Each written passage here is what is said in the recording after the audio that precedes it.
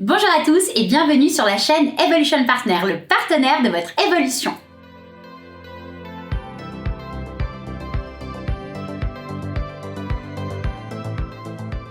Aujourd'hui, j'ai décidé de vous parler de ce que je pense des réseaux sociaux et principalement d'Instagram. À la suite de ma vidéo Comeback et Papotage, dans laquelle je vous disais en quelques mots que je n'allais plus sur Instagram, Facebook et aussi Twitter, j'ai reçu une avalanche de questions. Énormément de personnes m'ont demandé d'expliquer pourquoi je n'y allais pas, comment je faisais alors pour arriver à ne pas y aller, et vous êtes aussi nombreux à vous être confiés à moi sur la relation toxique que vous entreteniez avec ce genre de plateforme. Alors déjà, merci du fond du cœur pour vos réactions et aussi pour votre confiance et bien sûr votre fidélité. J'ai été hyper touchée et j'ai vraiment adoré vous écouter et échanger avec vous sur ce sujet. Ça fait tellement de mois que je dis que je vais faire un jour une vidéo à ce sujet et aussi tellement de temps que je me justifie par rapport à ça. Aujourd'hui, j'ai plus envie d'y échapper. Franchement, ça a été super dur de trouver comment vous faire une vidéo la plus honnête et la plus intéressante possible à ce sujet. J'espère vraiment que je vais rien oublier et que je vais aussi être claire et que vous allez mieux comprendre mon point de vue qui est peut-être d'ailleurs totalement opposé au vôtre et c'est très bien ainsi. On n'est pas tous obligés d'aimer les mêmes choses et de passer son temps libre de la même des manières. Si je fais cette vidéo aujourd'hui, ce n'est en aucun cas pour vous juger ou alors imposer ma façon de faire ou même penser qu'elle est mieux que la vôtre. Si je fais cette vidéo, c'est pour vous expliquer ma façon de gérer ma vie et ma relation avec les réseaux sociaux. Répondre aux questions aussi qu'on me pose tellement souvent et pour vous expliquer le pourquoi du comment. Je n'ai pas besoin qu'on me comprenne, j'ai juste besoin qu'on m'accepte et qu'on me respecte. Et qui sait, peut-être que vous avez aussi un petit truc qui vous dérange sur les réseaux sociaux sans arriver vraiment peut-être à poser le doigt dessus. Peut-être que cette vidéo vous aidera à trouver vous aussi ce qui vous met mal à l'aise sur ce genre de plateforme.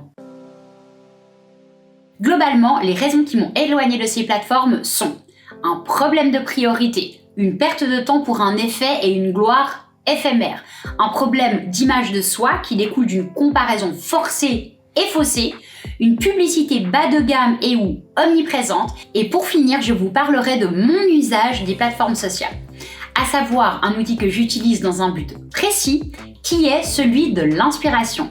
Car tous ces réseaux sociaux ne sont que des outils. À vous de choisir leur utilité et leur but.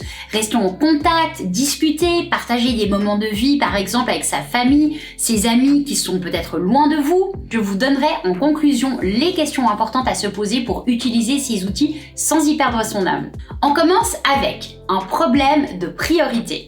J'ai une entreprise qui a beaucoup grandi depuis 2005 et même si j'ai la chance d'avoir des personnes de confiance et investies avec moi, j'ai des journées très chargées et avec un temps déjà calculé pour tout afin d'être le plus efficace possible. Et même si je tiens plutôt bien mes horaires en tant qu'entrepreneur, j'ai à n'importe quel moment un téléphone qui peut me prendre un petit peu de temps, une commande qui peut arriver, une demande d'information par mail, etc., etc. Ma priorité dans mon travail, comme je le dis tout le temps, c'est ma clientèle, ce sont mes projets. J'ai aussi envie de m'occuper de ma chaîne YouTube où j'essaye d'offrir un contenu hyper professionnel et d'une grande qualité. Un contenu entièrement gratuit qui me demande beaucoup d'investissement, mais qui a le potentiel de toucher tellement plus de personnes. Et c'est aussi un contenu qui n'a pas de date de péremption. Et ça, c'est vraiment quelque chose que j'apprécie. Ensuite, une autre priorité aujourd'hui, c'est ma vie privée. Alors forcément, avec un quotidien déjà tellement rempli au niveau professionnel, je n'ai pas envie dans mon univers privé de passer du temps à regarder la vie des autres ou de passer du temps à construire une communauté active. Non, j'ai envie de vivre ma vie. Mes amis, mes proches et même mes clients savent que j'adore partager avec eux leurs photos de vie, leurs vidéos et tout ce qui peut les toucher ou les intéresser. Mais je le fais quand je suis avec eux. On va parler pendant des heures, ils vont tout me montrer, m'expliquer. Et voilà, moi, c'est comme ça que j'aime partager avec les gens qui m'entourent. Je suis auditive et une photo seule ne me permet pas de comprendre ce qu'ils vivent. J'ai besoin de partager, j'ai besoin de discuter avec eux en face à face. C'est peut-être bizarre, mais lorsque je ne suis pas avec les gens, Leur vie ne m'intéresse pas, bien que je les aime vraiment sincèrement et que je leur souhaite de vivre des trucs de dingue. Par contre, quand je suis avec eux, je vais tout leur demander, je vais réellement être en communication avec eux. Et jamais, mais alors jamais, quand je suis entourée, je vais aller sur mon téléphone. Bon, à part pour prendre quelques photos, et je dois avouer que j'en prends à peu près 15 000 par jour. Ou alors vérifier l'heure, ou alors si quelque chose d'important vient de tomber. Voilà ma façon de faire à moi. Alors, je n'essaie absolument pas de vous dire que c'est la bonne. Chacun fait bien ce qu'il veut et on n'a qu'une vie. Ce qui compte, c'est de se sentir bien dans sa vie et en accord avec ses choix qui nous font du bien. Bon, après, il y a toujours des exceptions. Bien évidemment, je reçois parfois des demandes de personnes que j'aime et qui aimeraient que je m'abonne, que je like ou même que je commente leur contenu sur les réseaux. Alors là, forcément, je vais aller le faire. Mais je peux vous assurer que dès que l'application s'ouvre, je vais cliquer sur la loupe, rechercher pour directement tomber sur leur profil et alors surtout pas être happé, piégé à scroller pendant des heures et des heures comme j'avais l'habitude de le faire auparavant. Ça va me prendre maximum 5 minutes et après je sors de là tout en ayant fait plaisir à quelqu'un pour qui ça comptait. Perte de temps et gloire éphémère. Dans mes débuts sur Instagram, j'y ai consacré énormément de temps et ça m'a beaucoup coûté. J'ai très vite eu ce que moi j'estime du succès. Plus de 6000 personnes qui me suivaient et des centaines de likes sur mes posts. Mais ça me demandait de plus en plus d'heures de travail chaque jour. Car je m'investissais vraiment beaucoup dans absolument tout. La prise de photos, réfléchir au sujet que j'allais présenter, mes tenues, mes textes et mes hashtags, les offres à proposer, les conseils relooking, les articles du dimanche. Je passais aussi un temps énorme à scroller en permanence l'actualité, à liker et à commenter sur tous les comptes incroyables que je découvrais et tous ces gens adorables avec qui nous avions lié une amitié, car je ne voulais rien louper. Je voulais tout voir, être la meilleure possible pour mon entreprise, mais aussi être une relation de qualité pour les autres. Je m'investissais à fond pour rendre l'appareil au compte qui me suivait et m'encourageait, et je commentais toutes les photos des gens que j'aimais. Tout ce stress et ces heures de travail supplémentaires dans une vie professionnelle déjà bien chargée m'obligeaient par moments à faire une sorte de détox, sans forcément toujours savoir pourquoi j'avais besoin de m'en éloigner un peu. Mais quand je revenais, alors là c'était la cata. Il fallait absolument tout récupérer. Ça prenait encore plus de temps. Pour ma part, je suis très vite tombée dans un comportement addictif avec les réseaux sociaux qui ne me faisait pas du tout de bien. Alors oui, au début j'ai eu du succès, enfin ce que moi j'estime avoir déjà du succès, mais j'y passais minimum 4 heures par jour. Et j'ai aussi eu tellement de désillusions, car j'y étais à fond. Je représentais mon entreprise, et donc mon entreprise marchait si les gens likaient mes posts. J'étais aussi tellement heureuse et honorée d'avoir la possibilité d'échanger avec des personnes que je suivais depuis des années sur YouTube. Des personnes que je trouvais tellement inspirantes. Alors je m'appliquais sur chacune de leurs photos à leur laisser un commentaire. Toujours travailler pour qu'elles aient l'impression que j'étais investie, mais en fait on ne reçoit jamais de réponse. Parfois un like, il n'y a pas réellement de dialogue, enfin voire même pas du tout. Mais qu'on se comprenne bien, je ne suis pas déçue ou quoi que ce soit, c'est bien normal. Je sais, ces gens ont des millions de followers qui les suivent. Ils ne peuvent pas être partout et avoir un lien avec chaque personne qui les suit. C'est bien normal, je le comprends entièrement. C'est juste qu'on les entend toujours dire « Venez sur Instagram, c'est là que je suis présente, c'est là qu'on partage, qu'on communique, etc. » Alors qu'en fait, le partage, c'est leurs photos, c'est leurs stories, mais pas un véritable échange avec eux. C'est juste une communication verticale de eux à nous. Je préfère donc aujourd'hui les suivre sur YouTube dans un contenu plus long, plus travaillé, un contenu de qualité où je vais vraiment en apprendre sur eux tout en apprenant sur des sujets qui m'intéressent. Au final, je m'en fous de voir quelqu'un se réveiller le matin et se servir de sa machine à café tout en mettant une super jolie musique d'ambiance. Je préfère 1 million de fois prendre du temps pour visionner un contenu de qualité, qu'elles se seront appliquées à faire avec un vrai sujet et tout en ayant l'impression d'apprendre un peu mieux à les connaître. Ensuite, il y avait aussi les mails pros des entreprises à gérer. Car il faut savoir que dès que vous avez un minimum de personnes qui vous suivent et que vous êtes quelqu'un de gai, de positif, avec un contenu, des interactions et que vous êtes présente aussi en commentaire chez les autres, on va vous approcher pour vous proposer toutes sortes de partenariats. Alors que je n'avais jamais dit que je désirais être influenceuse. J'étais sur les réseaux sociaux car je voulais juste faire connaître à un plus grand nombre mon concept d'entreprise qui me passionne. Mais ça a vite pris une place trop importante dans ma vie et du temps que je n'avais pas, sauf si je sacrifiais un peu ma vie privée. Alors au début, je l'ai fait. J'étais en état de stress permanent. Je n'avais plus une minute à moi. J'avais des interactions positives de tous les côtés. Et je pensais que c'était exactement ce qu'Evolution Partner avait besoin. Car c'est ce que certains coachs ou développeurs d'entreprise me disaient. Que pour faire exploser ma société et mes chiffres d'affaires, il fallait que je sois tous les jours sur les réseaux sociaux, que je me fasse voir, mais aussi que j'encourage et que je valorise les autres, comme c'est mon habitude dans mon quotidien. Il me disait que sur les réseaux sociaux, je devais montrer tous ces côtés de révélateurs de potentiel qui font mon succès depuis 2005, et que sans ça, mon rêve allait s'étioler, peut-être même mourir.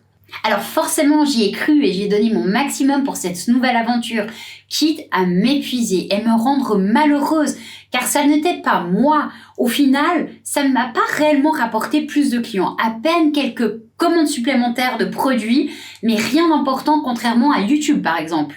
Maintenant, il y a aussi les fameux algorithmes, c'est-à-dire plus vous avez de trafic et plus vous avez d'interactions, plus l'algorithme va mettre en avant votre contenu. Sur le papier, ça semble faisable et pas si compliqué, même si son fonctionnement change assez souvent. Sauf que tous les jours, de nouvelles personnes arrivent sur Instagram.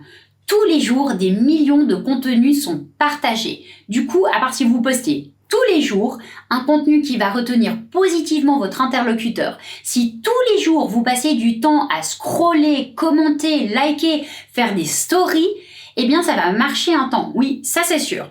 Mais il y aura toujours des contenus semblables aux vôtres, peut-être qui feront mieux, qui seront plus forts, qui feront plus de bruit. Et donc c'est une course sans fin qui, en tant qu'entreprise, même en tant que créateur de contenu, va vous épuiser, va vous faire douter et vous ne serez jamais, mais alors jamais satisfaite. On arrive à mon point suivant, la comparaison. Personne sur cette terre ne se trouve irréprochable et sans zone d'amélioration à explorer. Et c'est bien normal, encore heureux qu'on change, qu'on évolue et que la vie ne soit pas linéaire. On a donc tous des doutes parfois, on se pose des questions, on a envie de s'améliorer, de s'élever. Sauf que pour ça, on a besoin d'intérioriser un minimum les choses. On a besoin de temps pour assimiler. Les réseaux sociaux ne nous offrent pas ce temps. Sur les réseaux sociaux, tout doit aller super vite. On reçoit en permanence des notifications, il y a toujours une nouvelle photo à voir, un nouveau resto à tester, un nouvel endroit à visiter, etc. Car le but de ces applications reste la rentabilité pour leurs investisseurs. Et une de leurs façons de calculer ça, c'est en récoltant vos données, comme le nombre de fois, par exemple, que vous avez ouvert l'application, ou le nombre d'heures que vous y avez passé durant la journée. Il y a d'ailleurs le documentaire Derrière nos écrans de fumée sur Netflix qui en parle vraiment très bien et que je vous recommande. On veut tout nous faire voir et tout nous faire savoir, mais surtout ce qui peut nous plaire et les informations qui nous conviendront. On ne va pas vous montrer les informations qui ne vous plairaient pas. Les réseaux sociaux sont comme des frigos remplis de crème glacée de votre glace préférée. On pourrait aussi manger des tripes ou du hareng fermenté. Mais si vous n'aimez pas ça, si ça vous laisse indifférent, Instagram et Facebook ne vont pas continuer à les mettre dans votre frigo, car ils veulent vous voir ouvrir la porte de ce frigo. On veut vous donner l'impression qu'on est à la page. Mais tout ça, dans le fond, ce n'est qu'une hérésie. En vrai, un grand nombre d'entre nous se perdent confiance en eux, ont l'impression qu'ils ne seront jamais à la hauteur, qu'il y aura toujours tellement mieux, tellement plus intéressant. Mais c'est pas vrai, on a tous quelque chose d'intéressant à communiquer, on a tous des vies qui peuvent être passionnantes. À nous de tout mettre en œuvre pour les vivre, ces vies qu'on croit vouloir. À nous de passer moins de temps à regarder à toute vitesse la vie des autres défiler avec un regard qui est faussé. Je ne vais plus non plus sur Instagram car je suis fatiguée par toutes ces images retouchées qui montrent une peau filtrée, le nez à la turque qu'il faut avoir, les seins, les cuisses, le cul d'un corps qui n'existe pas dans la vraie vie. Celui sans chirurgie, celui sans filtre. Un monde fait de gens normaux qui apprendraient enfin à s'accepter tels qu'ils sont. Vrais, avec des imperfections, avec des doutes, des douleurs, mais des êtres authentiques, qu'ils n'auraient pas honte d'aimer ce qu'ils aiment, de leur allure, de leur orientation sexuelle, leur religion, leur nationalité, leurs rêves. Même les paysages sont faussés, pris sous un certain angle de vue qui fait plus rêver. Et lorsqu'on arrive sur place, on est souvent déçu. On avait souvent idéalisé le lieu depuis notre canapé, depuis notre lit, d'où on voulait s'évader. Instagram a révolutionné le tourisme et tout le monde veut récupérer la mise en scène, la photo qu'il faut faire à l'endroit parfait qu'il faut être, quitte à faire la queue, prendre des risques ou piétiner des champs qui servent de revenus à des agriculteurs. Toutes les photos sont une mise en scène, jamais le reflet de la réalité carrément. Mais ça, notre cerveau ne l'a pas encore compris.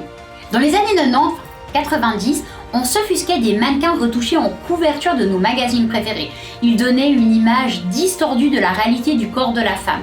Aujourd'hui, n'importe quelle voisine sur Instagram ressemble justement à cette couverture de magazine. Elle nous met mal dans notre peau, nous fait douter ou nous rend même parfois jaloux.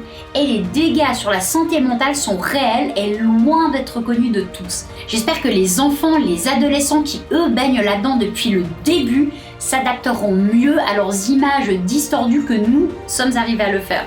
Je n'ai pas encore la chance d'être maman, mais je sais que le jour où Dieu me donnera des enfants, je ferai tout ce qui est en mon pouvoir pour qu'ils soient heureux tels qu'ils sont, pour qu'ils s'acceptent, pour qu'ils soient gentils, qu'ils rient, qu'ils s'intéressent aux gens et au monde qui les entoure. Mais jamais, jamais je ne souhaiterais leur apprendre comment juger, comment leur visage ou leur corps devrait être, comment faire pour paraître riche, pour paraître beau, pour paraître plus mince. Vous ne trouvez pas qu'il n'y a rien de plus beau que tous ces enfants heureux et insouciants qu'on s'attendrit tous à admirer sur des vidéos virales? Sur Instagram, on ne voit que les mêmes têtes, les mêmes corps, des vies parfaites, programmées, étudiées, scénarisées la plupart du temps. Et malheureusement, quand ce n'est pas le cas, on est ignoré ou confronté à des jugements, des critiques, parfois même des insultes. Et je vous promets que même moi, à mon petit niveau, j'ai été confrontée à ce genre de troll. Et même en story, on nous impose un format express. Alors forcément, on va montrer des brides de vie, qu'on va tout faire pour rendre parfaite, pour intéresser le plus grand nombre. Il faut du rapide, du facile, de l'immédiat, pas du profond. Sur YouTube, le format vidéo est plus proche de la réalité. Il y a aussi bien évidemment des filtres lissants et des lumières pour paraître sur notre meilleur jour. Mais on voit la personne s'exprimer. Je peux regarder un visage bouger, un décor, un paysage et ce qui l'entoure. Je peux entendre une voix qui parle et je peux surtout apprendre quelque chose d'intéressant sur un sujet qui m'intéresse vraiment et non un sujet qu'on m'impose. On peut développer un sujet car c'est surtout, en tout cas moi, ce que j'ai envie de faire avec les réseaux sociaux. Développer des sujets qui me passionnent et les partager au plus grand nombre. Personnellement, je n'arrive pas à trouver l'intérêt à voir défiler des images modifiées. C'est aussi une question de temps, une question de priorité. Mais voilà, encore une fois, cette vidéo est la mienne et je vous expose ma façon de consommer les réseaux sociaux. La comparaison, je ne sais pas chez vous, mais chez moi, ça m'a toujours fait du mal. Alors, quand je ne me compare pas, je donne mon maximum et je suis fière de ce que j'ai accompli. Je vois la comparaison comme une course sans fin qui ne me rendra jamais heureuse. Et je me rends bien compte que plus je vais arriver à être heureuse dans ma vie, plus je vais être capable de sourire, je vais être capable d'aimer les autres, de donner. Alors, je choisis ce que je regarde. Ce qui m'inspire, me renforce, me construit, me fait tout simplement du bien. Et c'est un fait. En ce qui me concerne, ce qui me fait du bien n'est tout simplement pas Instagram ni Facebook. Une publicité bas de gamme et ou omniprésente. Je ne sais pas comment vous avez l'habitude de consommer, mais pour ma part, j'estime déjà être suffisamment une grande curieuse de tout ce qui se fait de nouveau et donc forcément plutôt une grande consommatrice. Alors la publicité non-stop et les posts sponsorisés me rendaient complètement folle. Et le pire, c'est que très vite, même les comptes sympas qui me faisaient rire ou qui m'inspiraient arrivaient eux aussi avec des posts sponsorisés. Pas facile en effet de refuser un complément de revenus, surtout vu le temps passé à créer tout ça, j'en suis bien consciente. J'ai l'impression que sur les réseaux sociaux, principalement sur Instagram et Facebook, on nous inflige en permanence des publicités pour des articles de dropshipping merdiques de mauvaise qualité. On nous propose dans chaque post quelque chose à goûter, à acheter, quelque chose de révolutionnaire et j'en avais tout simplement marre. Et le pire, c'est que ça se fait au détriment des petites entreprises de connaissances ou des amis qui eux aussi, et comme moi je l'avoue, utilisent les réseaux sociaux pour communiquer sur leurs entreprises, se faire de la pub en quelque sorte. Nous sommes nombreux à avoir besoin de cette visibilité pour vendre, mais nous sommes souvent moins doués que des grands influenceurs qui ont des équipes derrière eux ou que des studios de com qui payent des encarts pubs dans nos flux d'actualité une fortune. Ces pros du dropshipping qui sacrifient une partie de leur revenu pour une communication massive et un site web éphémère qui n'existe que pour vendre un objet bas de gamme et ensuite disparaître. Et au final, plus on va dépenser dans la com, plus on va être vu et plus on donnera confiance. C'est quand même incroyable qu'on ait plus facilement confiance en quelqu'un qu'on a vu en ligne, un influenceur par exemple, nous parler des mérites d'un produit, plutôt qu'une de nos connaissances qui, elle, est justement spécialiste dans son domaine. Mais alors, où trouver l'inspiration ? On me demande tout le temps, mais alors, tu trouves où tes infos ? Tu trouves où tes inspirations ? Je regarde beaucoup de vidéos YouTube dès que j'ai un moment. Et je passe tous les jours aussi du temps sur Pinterest à m'inspirer en matière de développement personnel, de mode, de maquillage, de déco, etc. Je dévore chaque mois mon Vogue encore en version papier.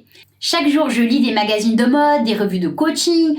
Je regarde des nouvelles sur la télévision suisse et sur France Info et TF1. J'adore regarder le quotidien quand je finis de travailler en replay pour éviter les pubs. Le soir, je lis aussi des livres sur l'amour, le bien-être, le développement personnel avant de me coucher. Je suis abonnée à beaucoup d'entreprises et de sujets qui me passionnent sur Feedly. Et finalement, je partage tous les centres d'intérêt de mon mari et de mes proches avec lesquels je parle énormément dès que j'en ai l'occasion. Encore une fois, on est tous différents et c'est pour ça qu'aujourd'hui nous avons un tel choix dans l'accessibilité à l'information qui nous intéresse. Pour ma part, je ne suis pas sensible aux images, je suis auditive, j'adore écouter, j'adore lire et la plupart des belles photos ne sont généralement même pas nécessairement accompagnées de texte. Et j'ai envie de vous laisser avec une petite phrase remplie de douceur et pour moi de bon sens que j'ai lu sur le blog d'Eleanor Bridge. Mes pensées pourraient vagabonder au lieu de trouver toujours quelque chose à consulter. En résumé, Instagram me prenait énormément de temps. Ça ne m'apportait pas autant d'inspiration que par exemple Pinterest, la lecture de mon Vogue, de mes livres, de YouTube. Et surtout en termes professionnels, les effets négatifs étaient plus importants que les effets positifs.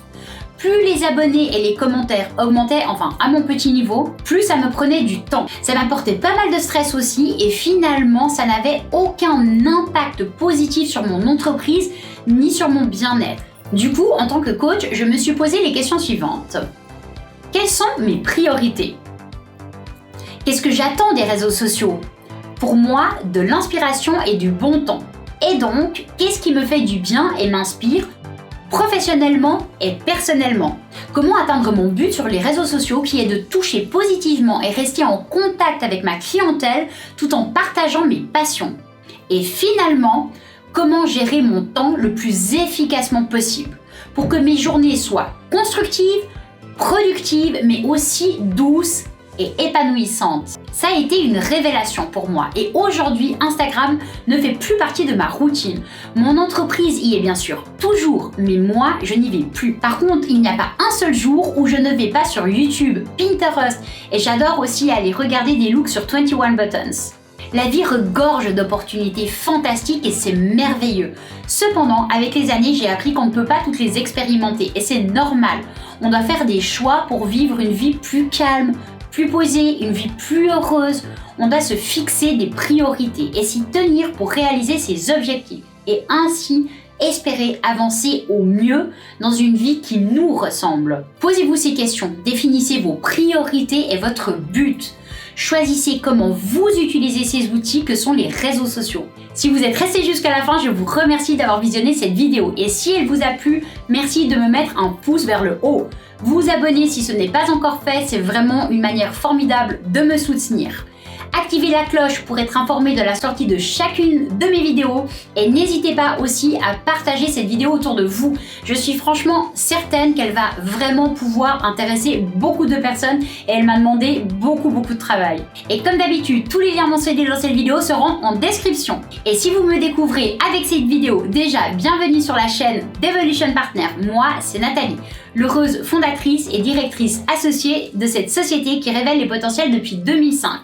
Pour tout connaître sur mon métier et mon entreprise, je vous invite à visionner les vidéos qui vous diront tout et je vous les mets juste là. Pour tous ceux qui auraient des questions ou qui souhaiteraient échanger avec moi, je vous invite à vous exprimer dans les commentaires de la vidéo. Je me ferai un plaisir de vous répondre et qui sait, peut-être que votre commentaire pourra en aider certains. Et rappelez-vous, nous avons tous quelque chose de bon à offrir. Vous êtes unique et fabuleux. Soyez fiers de vous, croyez en vous et laissez-moi révéler votre potentiel. Cœur sur vous et vos proches. Bye!